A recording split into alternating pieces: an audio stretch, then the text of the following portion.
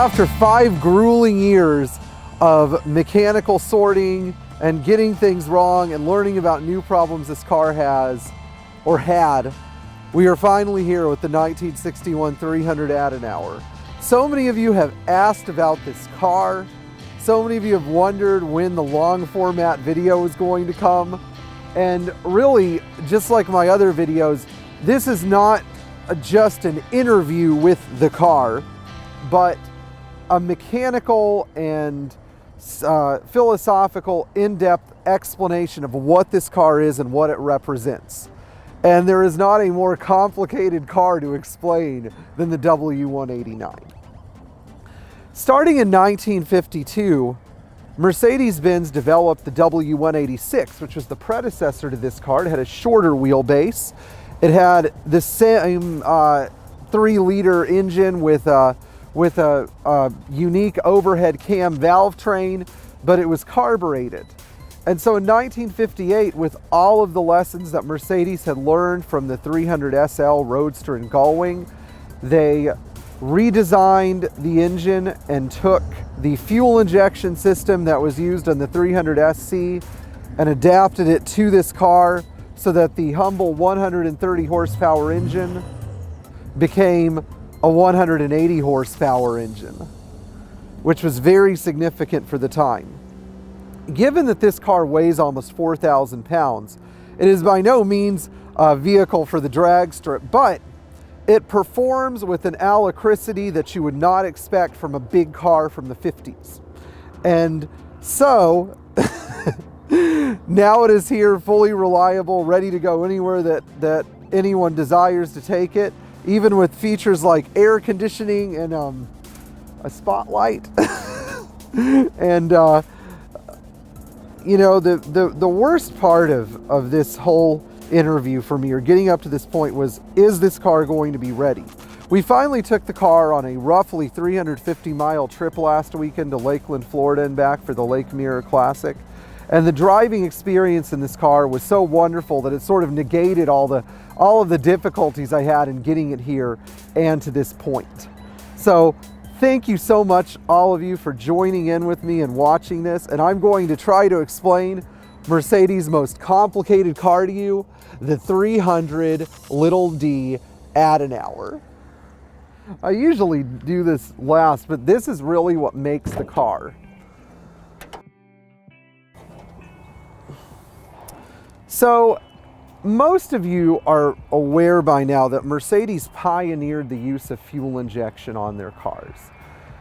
Other than the little tiny Gutbrod Superior, which had a twin-cylinder engine and a 2-plunger mechanical injection pump, Mercedes first delivered a functional gasoline fuel-injected engine in the form of the 300 SL.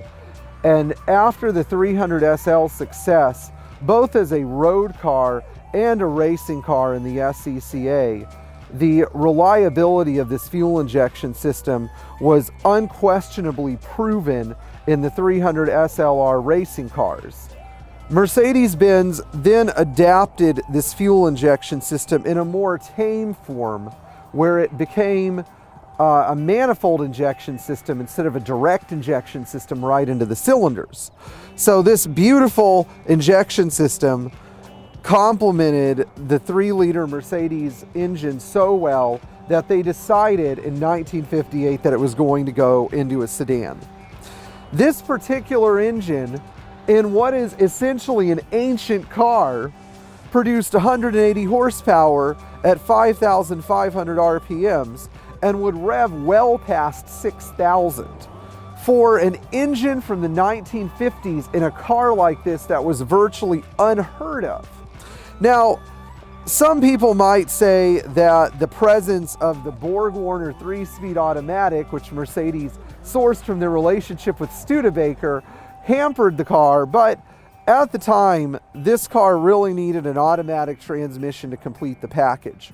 While a manual transmission was actually available in Europe, the US version of the 300 Adenauer came with this lovely 3-speed automatic, which is virtually unkillable, shifts pretty smoothly, but the one thing that most people can agree on is that it does not particularly complement this high revving German engine.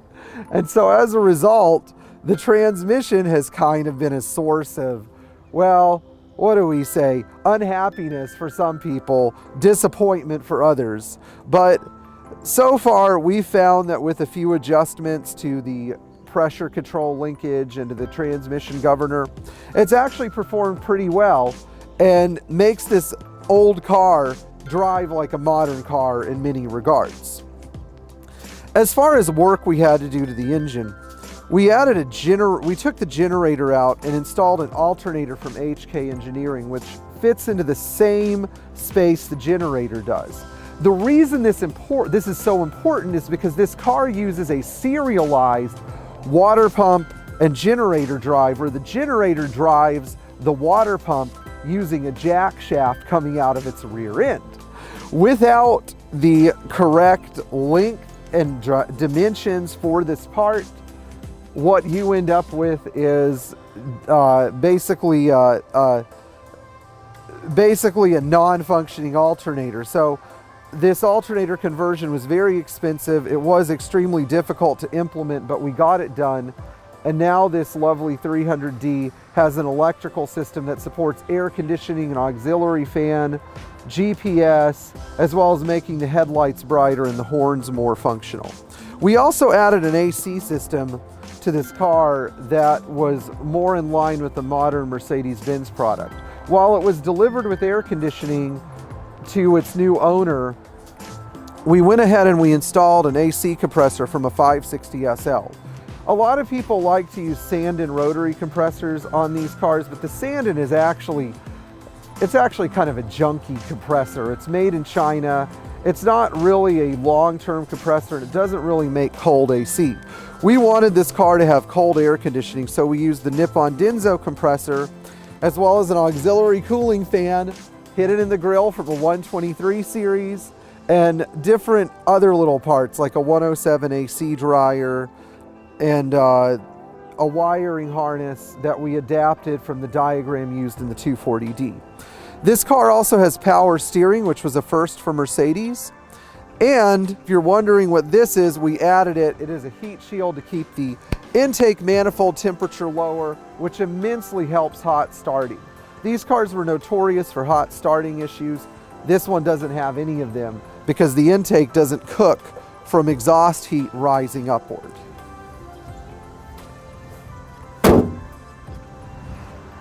The body-on-frame construction that this car uses is a throwback to Mercedes-Benz manufactured before World War II. Prior to the war, almost all Mercedes except the 130H and the 150H and 170H used an extremely strong oval tube frame. That meant that you had a left and a right support, but you also had a giant X connecting each corner of the car that culminated in a strong central backbone tube.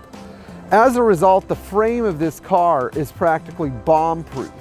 The same construction was used in vehicles like the 500K, the 540K, the 770K, and the V12 pre-war 600 that never entered production.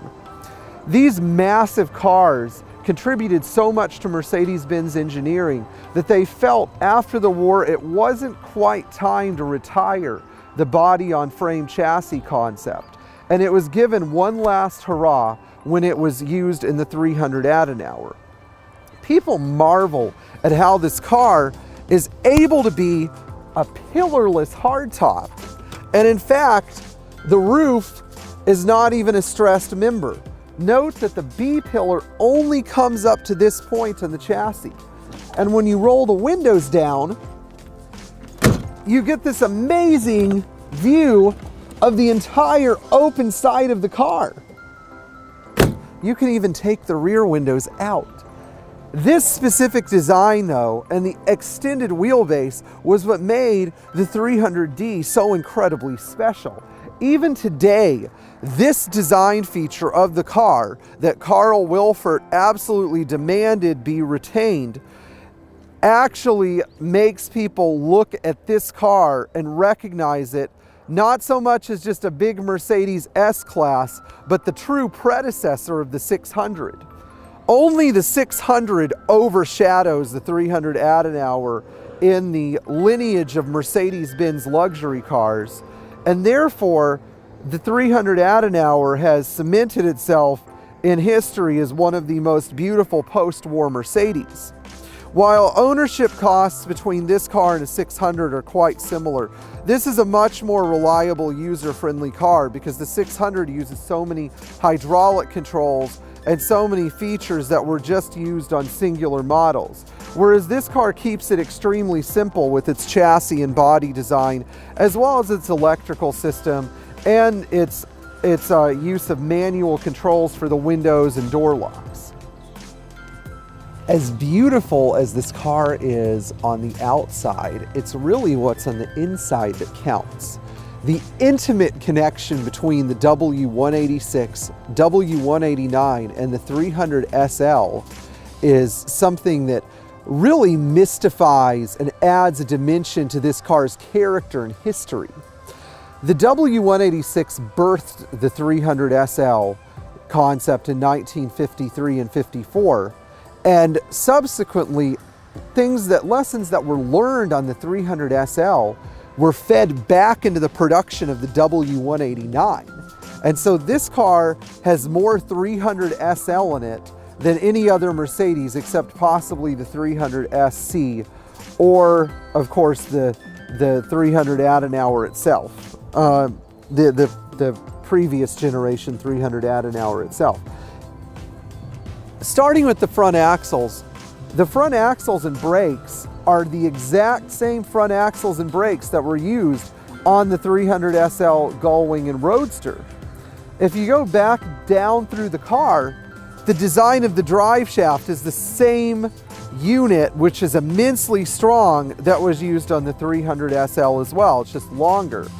And going back to the rear axle is the same exact rear axle that was used on the 300 SL Roadster from 1957 and onwards when it went into production. In fact, when you crack open the Mercedes-Benz service manual to work on one of these, you won't find any information on this axle in a 300 W186 manual. All the information about rebuilding this rear axle is derived from the 300 SL service manual, which is really interesting. Mercedes went ahead with the design of this car because they knew that there wasn't a more opulent car they could replace it with in a short period of time. So while the 300 Adenauer was magnificent in its execution, it was actually kind of an assembly of Mercedes-Benz best parts at the time, capped with a very elegant body that had its lines in the last generation of pre-war Mercedes, such as the W152 770K. The two things that make this car most recognizable, its grille and its roof, are two of those features that Mercedes-Benz sort of defined itself with and kept defining itself with. So this grille, of course, which is the most magnificent and prominent part of the car, has been discussed at length in our other videos. And without this grille, we're not really sure if this would be a Mercedes or not. Now, would it? Well, the truth is that this grille actually asserts this car's presence, which I really love about it. The Adenauer grille is about as tall as a small child, with a hood star that's roughly 60 millimeters in diameter. And while this isn't the exact radiator cap, you can kind of see where it came from. These were used as radiator openings before the war. But this specific grille has been mentioned so many times by people who love Mercedes that when Mercedes going forward designed the W111 and the W108 series cars, a prominent grille had to be featured in order to connect it with this car. Without the grille, it would be sort of like neutering a bull. The grille adds such presence to the car that one and the other have to coexist together. You can't take one away and keep all of the importance of the other. The roof on this car, though, is what's really amazing. Mercedes only built 62 300 Adenauer four-door convertibles. And sedans like this, well, we think about 3,500 were produced. This roof is not an entirely stressed member of the car. It's actually bolted on such that the substructure was the same for the sedan or the cabriolet. And I think that's really quite an interesting concept. Also, this was the last Mercedes-Benz that used chrome in its entirety instead of stainless. Stainless trim and anodized aluminum trim gradually supplanted chrome trim, but this is all chrome with the exception of the grille insert. That means if you're restoring one of these cars, every part has to be chromed. Now, these are the last thing that people love to ask me about. They want to know if they are air intakes. They want to know if they are war sirens. What they are horns, and the Adenauer has 5 of them. All 5 horns go off to give this car the sound of a train coming at night down the tracks in the middle of rural Germany in such a way that you never forget it if you hear it once. This isn't a nice little beep, beep with all of the horns engaged. It is a bah, bah. What it says to you is, I'm coming in a Mercedes Type 300. Get out of my way, because I am driving a superior vehicle. Whether you like that image that the car gives off or not, Mercedes undoubtedly wanted to assert their presence, not only with the car's grille or with the car's underpinnings, but with its sound. The announcement that a 300 Adenauer is coming, and this could possibly be the greatest spectacle of your life.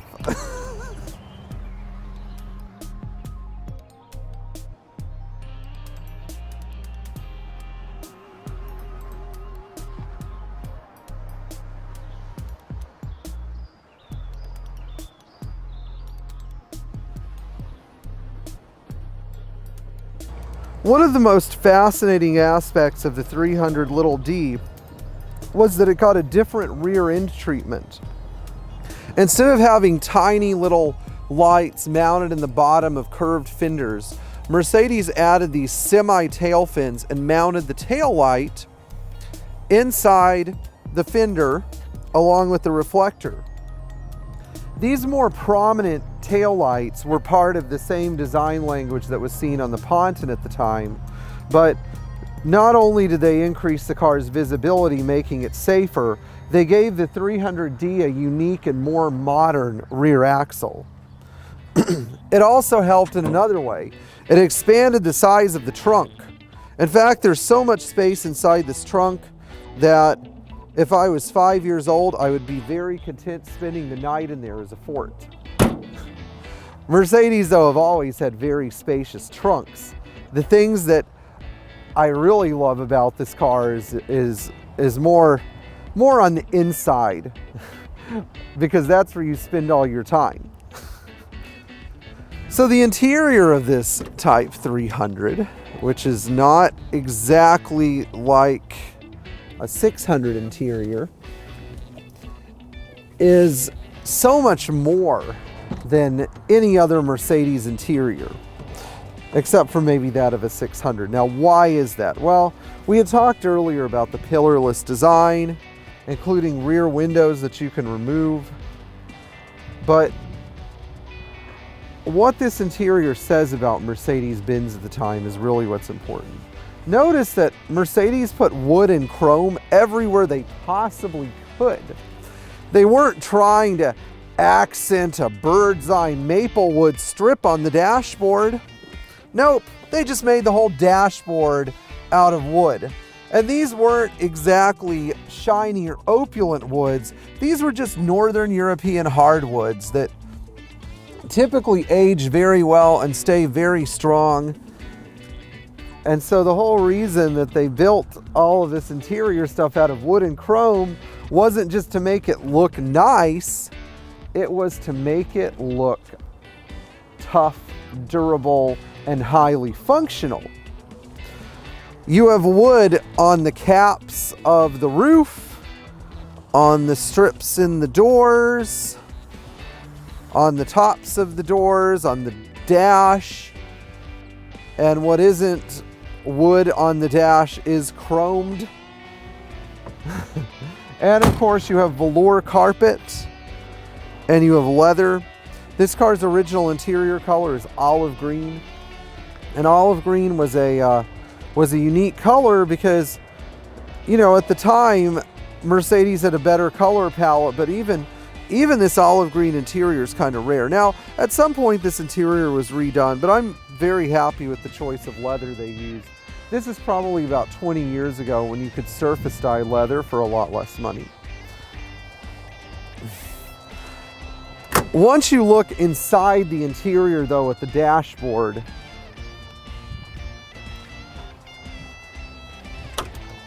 you get more of an impression of what this car really was. Now we're doing some work to the radio faceplate, but this item is a Becker shortwave adapter. And of course it has its original Becker Mexico radio with an automatic antenna, which is pretty amazing.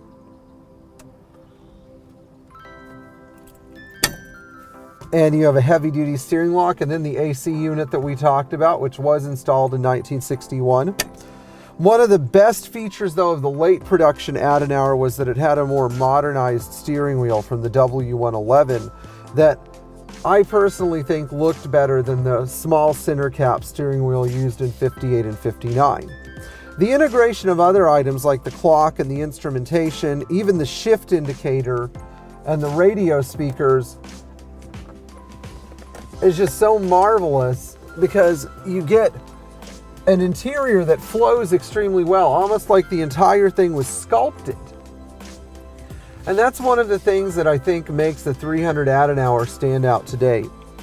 The amount of thought put into this interior is maybe just as opulent as a pre-war interior, which used frequently a mother of pearl dash and even more chrome.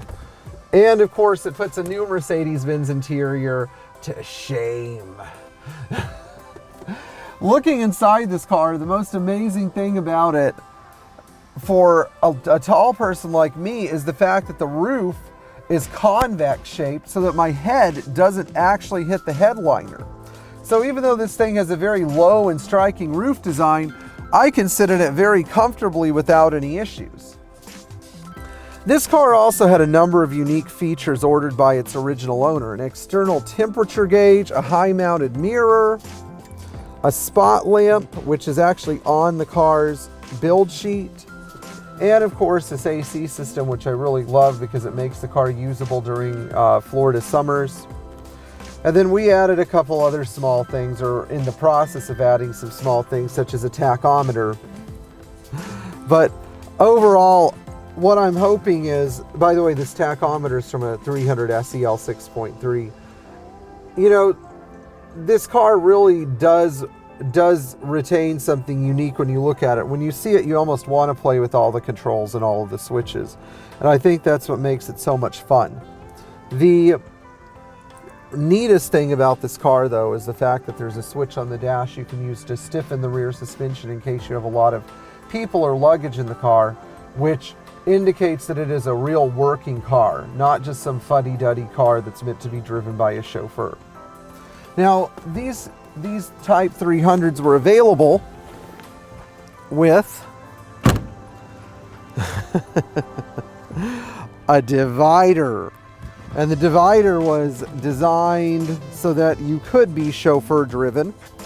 And what happened was the divider was mounted in line with this B-pillar post, and the front seats were moved forward, meaning that the back seat passengers had just a little bit of extra space.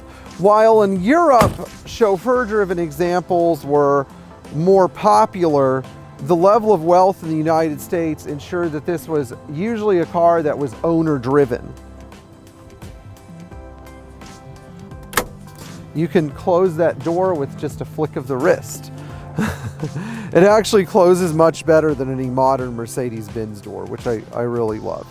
But the interior of this car, being what it is, a car that's constantly being driven and tested, might come off as a little bit cluttered. It might have some age to it, but it never loses its splendor or its level of opulence and perfection.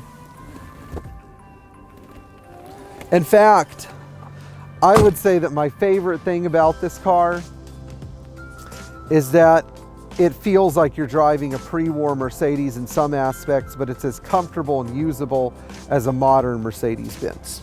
When I started working on this car, it was a massive challenge for me to understand this vehicle, both mechanically and philosophically.